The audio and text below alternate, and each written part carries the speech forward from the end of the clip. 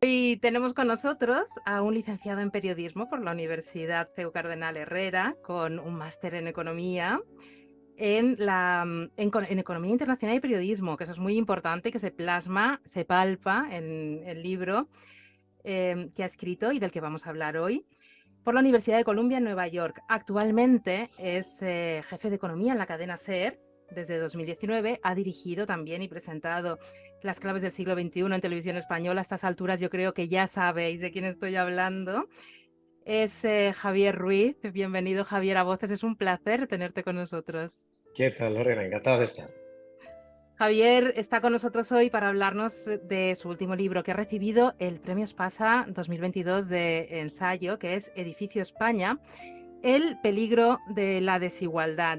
Cuando vemos este edificio que recoge los perfiles de la renta en Quintiles, hay 5 pisos, en el que está el ascensor está estropeado, vemos este edificio, nos hace pensar más, quizá, o está ahí entre 13 Rue del Percebe, El Hoyo, esa película terrorífica, y La Casa User. Javier, ¿qué nos vas a contar? Bueno, no lo podemos abordar, pero ¿de qué va esto de este edificio? Sí, no, es un poco 13 Rue del Percebe, ¿eh? La portada es lo mejor del libro. Yo digo que lo mejor del libro es lo que no he hecho yo. La portada es tremenda. El libro es una forma de ordenar un problema que tenemos en España y es romper a los españoles en lo que tú decías, 5 quintiles de renta. Quintiles es el 20% más pobre, 20% siguiente, la clase media, 20% más rico y el 20% más rico de todos.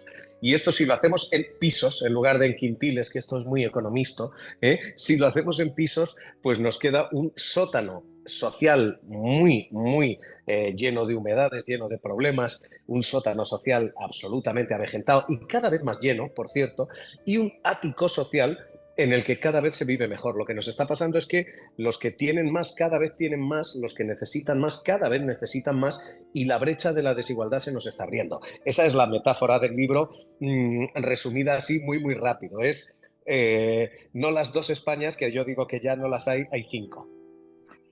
Empiezas con una cita de Adam Smith, del escocés, el economista escocés, que dice: ninguna sociedad puede ser floreciente y feliz si la mayor parte de sus miembros es pobre y miserable.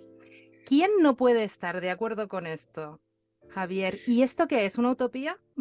No, es que este es el padre de la derecha económica, quienes hoy dicen no hay que cobrar impuestos a los millonarios, quienes dicen que los impuestos sobran, quienes dicen que hay que desmontar el estado del bienestar, han llevado el péndulo ideológico tan a la derecha que Adam Smith se les queda bolchevique. Y este es el problema. La cita está hecha con toda la intención porque, sinceramente, ni los padres del liberalismo económico pensaron que iba a haber gente que iba a llevar esto tan hacia el extremo. Y yo sostengo una cosa en el libro y creo que en la vida, que es paga más quien tiene más y no pasa nada y no es comunista esto, esto es de primero de impuestos. El que tiene muchísimo dinero puede contribuir un poco más, no muchísimo más, un poco más. Esto es todo lo que se hace de propuesta fiscal allí, que los millonarios paguen un poquito más. Hay unas cifras en el libro que me llaman mucho la atención porque te digo que hasta qué punto se nos ha movido esto a la derecha. Nixon a los 1.000 millonarios les cobraba el 50% de lo que ingresaban en impuestos. Roosevelt les cobraba el 70%. Hoy en día están pagando un 8% y decimos que todavía es demasiado. Hombre, yo creo que, en fin, hay que volver a Adam Smith, que no era un comunista peligroso. Hay que decir que propones una serie de soluciones al final del libro y cuando nos hablas del sistema impositivo abordas, por un lado, ni el modelo Estados Unidos ni el modelo de Hollande en el 2012-2013 en Francia, ni uno ni otro. Hay que encontrar un punto medio y algo razonable. Claro, pero sí digo una cosa que es, donde estamos hoy no es razonable. Donde estamos hoy, un millonario, Warren Buffett, paga más impuestos, perdón, paga menos impuestos, quiero decir, que su secretaria. Su secretaria paga un 23, 24, él paga un 8% en impuestos.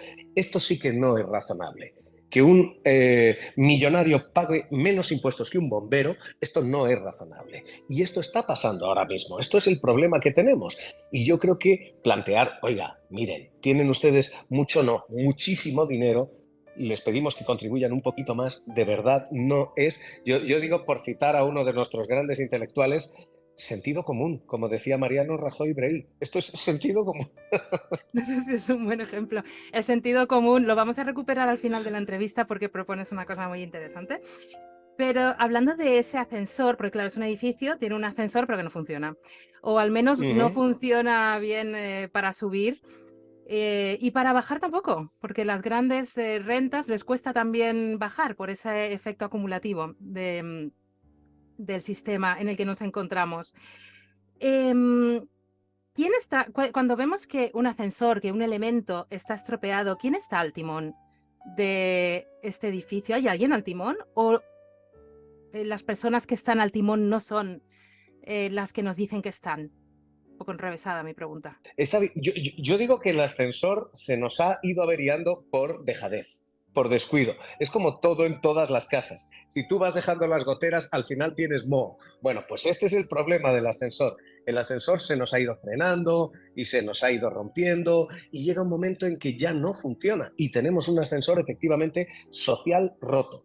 Los impuestos ahora mismo ya no sirven para sacarte de la pobreza y el otro ascensor tampoco funciona, que es el de la educación. La educación era la forma de garantizarte poco a poco, no como los impuestos que eran muy rápidos, sino generación tras generación, que tú ibas estudiando y te ibas formando e ibas ascendiendo. Bueno, pues ese también se nos ha roto. ¿Qué ha ocurrido? No sé si hay un complot, yo no soy muy amigo de las teorías del complot, pero sí hay una dejación. Se ha descuidado tanto el escudo social y se ha descuidado tanto la política fiscal que al final la educación se está convirtiendo en clubes de élite. Las grandes universidades que de verdad te sacan de la pobreza son de hijos de niños ricos con amigos ricos de padres que también son ricos, es decir, se convierten en clubes que perpetúan esa diferencia y los impuestos tampoco te sacan, es decir, que los dos ascensores están rotos, con lo cual tenemos un problema y efectivamente el techo encima es pegajoso, nace rico y no te caes, no hay forma humana tampoco de que bajes, con lo cual tenemos un problema o dos. Y un caldo de cultivo maravilloso para el crecimiento y el desarrollo de los populismos, que cuando hablamos de populismos, tanto de derecha como de izquierda, tú los abordas los dos, hablamos de interpelación a la impulsividad, a nuestro aspecto más animal, no al raciocinio ni al entendimiento. Entonces nos convertimos en masas manipulables y en balas que se van tirando. Al final somos rehenes en una guerra y balas también, irresponsables por otra parte, imagino. Yo digo que hay todo este libro, toda la metáfora económica, no es un libro de economía. Esto es un libro de un problema económico que tiene derivadas políticas, derivadas sociales y mil derivadas más. El problema que tenemos, la enfermedad es la desigualdad, pero el populismo, el auge de la ultraderecha, todo esto son fiebres. Esto no son más que síntomas, síntomas de un problema que tenemos y es que hay un montón de gente a la que estamos dejando tirada y entonces cuando alguien viene y lo que te ofrece es magia o mejor todavía, lo que te ofrecen son culpables. La culpa es de las tías que están en el mercado laboral o la culpa es de los negros que vienen a robarnos el puesto de trabajo, de los inmigrantes. Cuando tienes un partido que en lugar de ofrecerte soluciones te ofrece culpables, nos sorprende que gente pobre vote contra sus intereses. Pero esto es lo que está pasando. No tenemos un problema económico, tenemos un problema económico que tiene derivadas políticas y derivadas sociales. A mí me preocupa mucho la que estás mencionando tú. Me preocupa mucho la política, porque nos están surgiendo populismos derecha e izquierda, pero sobre todo a la derecha, que son muy peligrosos para la convivencia y que están permeando entre el 20% de la población más pobre, que lo que ha visto es que llegaba un gobierno del PP y no le sacaba de la pobreza, llegaba otro del PSOE y no le sacaba de la pobreza, otro del PP y no le sacaba, otro del PSOE y al final dicen, este sí me va a sacar de la pobreza. No hay ninguna receta para hacerlo, pero sí te dicen, no, el culpable es aquel, aquella y el otro. Yo me preocupa porque, insisto, tenemos un problema económico, pero las consecuencias no son económicas, las consecuencias son políticas, de convivencia y de muchas más cosas. Qué difícil es utilizar o sacar beneficios, digamos, de la inmigración, teniendo en cuenta que son seres humanos y que, bueno, queda un poco materialista, pero es así. El aspecto positivo de la inmigración cuando no hay un plan de empleo o parece que carecemos de un proyecto real de empleo para integrar a estas personas a nuestras ofertas, si es que las tenemos hoy en día en esta crisis que estamos viviendo. Totalmente, totalmente. Yo digo una cosa que a mí me gustaría, y es dejar de legislar con palabras y empezar a legislar con dinero. ¿Eh? Cuando uno pone presupuesto en lo que dice, es mucho más creíble. Yo apuesto mucho por, oye, vamos a mejorar la calidad del empleo. Perfecto. ¿Dónde está la inspección de trabajo? Porque faltan inspectores de trabajo. Si hay cuatreros ahí fuera, hay que poner sheriffs a vigilar el rancho. Así de sencillo. Oiga, queremos hacer una apuesta por la educación. Estupendo. ¿Dónde están las becas? ¿Dónde está el dinero para que la gente que no lo tiene pueda estudiar? Queremos cambiar la judicatura. Estupendo. Formen ustedes a señores que no tienen dinero para pasar 5 años sin ingresar porque tienen que estudiar una oposición. El problema cuando el gobierno analiza esto de es que la judicatura es de derechas, sí, es que las familias que te pueden pagar 5 años de estudios sin que tú ingreses un duro mientras estás opositando no suelen ser las familias de los obreros. Con lo cual, claro que la judicatura es algo conservadora, porque por lo general el origen es algo más acomodado que quienes vienen de una clase muy obrera. Oigan, ¿quieren ustedes legislar? Está muy bien el BOE, pero lo mejor es legislar desde el Ministerio de Hacienda. Adelante, pongan ustedes dinero donde están poniendo sus palabras. Si uno pone pasta donde pone verbos, probablemente las cosas van mejor. ¿Cuál es el rol en este sentido de los medios de comunicación? Porque están aquejando ciertas dolencias en su Es tremenda, es desarrollo. tremenda, es tremenda, es tremenda la situación de los medios. Vamos, yo de hecho ahora una de las cosas que más me preocupa es eso, porque además están surgiendo una cosa que ahora que no nos oyen, aquí entre tú y yo digo que no son medios de comunicación. Están surgiendo cabeceras, muchas cabeceras, que no son medios de comunicación, que son instrumentos de chantaje, de extorsión, que dan sablazos a empresas y a empresarios, que les roban la publicidad a cambio de que no les hagan críticas, pero estamos contaminando el paisaje. Yo en esto siempre digo lo mismo a la audiencia, que es, oiga, sepan ustedes el agua que beben. No toda el agua ahí fuera es potable. Si alguien bebe agua con una etiqueta y ve que es mineral, no va a compararla con el agua de una letrina, ¿verdad? No bebemos la misma. Bueno, pues con la información pasa igual. No todos los medios de comunicación son iguales, no todos los periodistas son iguales, no todas las cabeceras son iguales. A mí me preocupa mucho lo que estás diciendo tú. ¿Cuál es el papel de los medios? Hay medios que están contaminando esto, que simplemente están sirviendo a intereses muy espurios, por lo general de grandes anunciantes que les pagan porque enturbien esto. Mejor no consumirlos, no hay nada más democrático que el mando a distancia. Tenemos que dejarlo casi aquí porque ha sido muy amable, me has dado minutos que no tienes y yo estoy encantada y mis oyentes están descubriendo pues esta parte de ti a lo mejor que tienes pues en tus apariciones quizá se ve menos, es una parte más cercana y es una manera de conocerte de otra manera también. Y además, Ahora que no nos oyen tus oyentes, que sepáis que me ha pillado en camiseta y que he tenido hasta que medio vestirme estaba muy corriendo. Ups, sexy, ¿eh? perdón. Ups, perdón, no quiero decir nada. Esto se nos ha escapado. Entonces, ya para acabar, bueno, hay cosas muy interesantes. Es un libro al que hay que acercarse. Es muy accesible, además. Nos habla también de los fondos que se están utilizando ahora, del por qué el 70% de las ayudas quedaron desiertas del COVID, algo que me ha sorprendido muchísimo, de lo que no estaba al corriente, que fuese un porcentaje tan alto. Eso es bestial. Yo te digo una cosa, así se pierden elecciones, con la letra pequeña.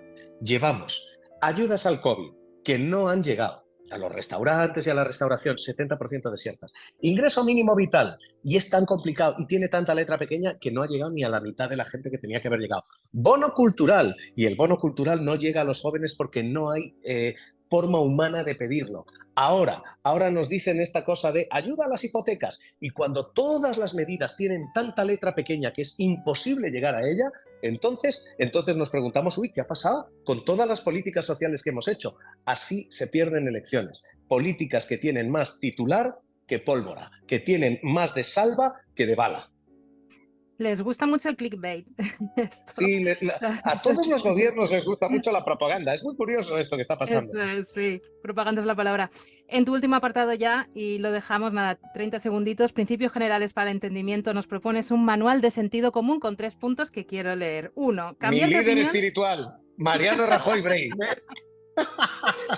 Cambiar de opinión es un signo de inteligencia, no de debilidad. Esto me parece muy, muy interesante. 2, confrontar los problemas con cifras, con datos y desmontando las mentiras para evitar esa infotoxicación y todo lo que estamos viviendo, lo que nos has dicho, desarrollar nuestro espíritu crítico. 3, un pacto cívico para el entendimiento. Ojalá, Yo, no está mal. yo cuento en esta una anécdota que no ocurrió, es una anécdota apócrifa, pero me encanta, da igual, esto como dicen los italianos, si no nevero ben trovato, que dice que a Keynes le echan en cara en un debate parlamentario, oiga, es que está usted defendiendo justo lo contrario de lo que defendía hace 2 semanas. Y el hombre dijo, bueno, es que han cambiado las circunstancias. Si cambian las circunstancias, yo cambio de opinión. ¿Usted no? Pues yo digo esto, hay que cambiar de opinión, no pasa nada. No es uno más, en fin, duro ni más creíble si sostiene lo insostenible, no pasa nada. Exactamente, nos quedamos con esas palabras. Es al fin y al cabo adaptación al medio y supervivencia. Muchísimas gracias, Javier. Ha sido genial tenerte. Un lujo, un lujazo. Mil gracias a ti, mil perdones por el atropello, mil perdones por la prisa y ahora que van a colgar, que sepáis que voy a volver a quedarme en camiseta. Adiós, adiós. Espera, pues me quedo, ¿eh? Chao. Adiós. Un Un beso besazo. gordo, hasta Muchos luego, hasta éxitos. ahora.